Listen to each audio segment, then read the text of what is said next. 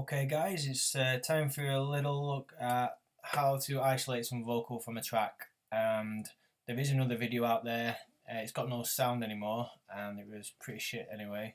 So if you can hopefully understand my accent, then I'll crack on. So I've got a track by Wolf Alice called Bros, and got on track 1 I've got the original audio, and then on track 2 I've got the instrumental. And then on track 3 I've just grabbed the audio that I wanted with the vocal piece on it, and on track 4 I've grabbed the instrumental. I think it's pretty important to grab the piece that you want, not the whole track, and try and do it just certain bits, different frequencies, it just makes it all a little bit easier. So once you've done that, you've got to go right up close, pretty close, and then you match a little bit there, and just so play it and then just fiddle with it.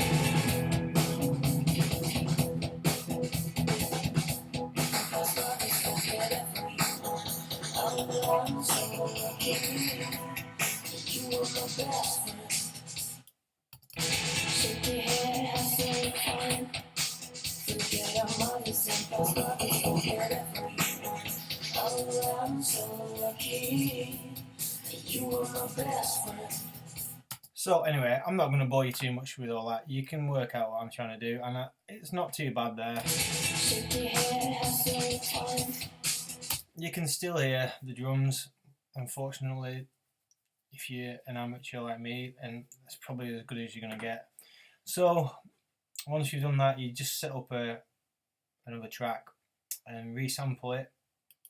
Go on there, resample, and that will record whatever's playing. And in this case I've already done the work and I've resampled it and I've got my track there. Now what can we do to help a little bit? Well, I've just been messing around, don't know whether this is technically right or what, but I've been just dropping some EQ8s in with the presets, and I've just found that vocal O kind of I think I've messed around with it a little bit, but it kind of does the job a little bit. So we switch them both on. They've got to be exactly the same. So if you mess with one, you need to copy and paste it into the other track. That's pretty important, otherwise it doesn't work. You can't just have one on and not the other. The other thing is, it helps if you put your gain up as well, because you're losing a lot of information when you're filtering all that shit out. So put it up to about 5 or 6 or whatever you want to do. Put it on 5. And then also when you record it into your track, it's going to be a louder volume, and what I found is if you don't do that, when you're left with the clip with a low volume, by the time you've amplified it, you've lost the clarity, and also you're maxing out and it's starting to clip, and it's not very nice. So I'll play this now. This is with the vocal on and with the gain up.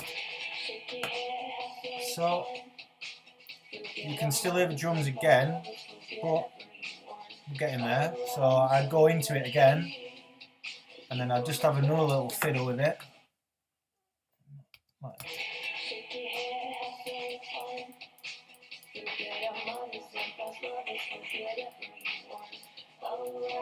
There we go. Nearly. There we go. Okay. So you can hear it in the background. Basically, my advice, my main advice is, some of the other videos say you've got to get the waves absolutely spot on, and as you can see there, they're not spot on. They're sort of out of sync a little bit, and my main advice is just mess around with the track. Don't try and line it up perfectly. Certain spots are better than others, so use your ears and do it that way rather than just visually. And that's also why I've broken the track up into little pieces like this, because each section has a different sound as well, so you don't want to try and blanket the whole thing. It's not easy to do. So so basically that's it really. Use your EQ8, experiment with on your vocal track to clip out the drums, and then once you've got Once you've got that sorted out, copy and paste it into your instrumental track and fiddle around matching and cancelling things out, and that's just about it. So good on you. See you later.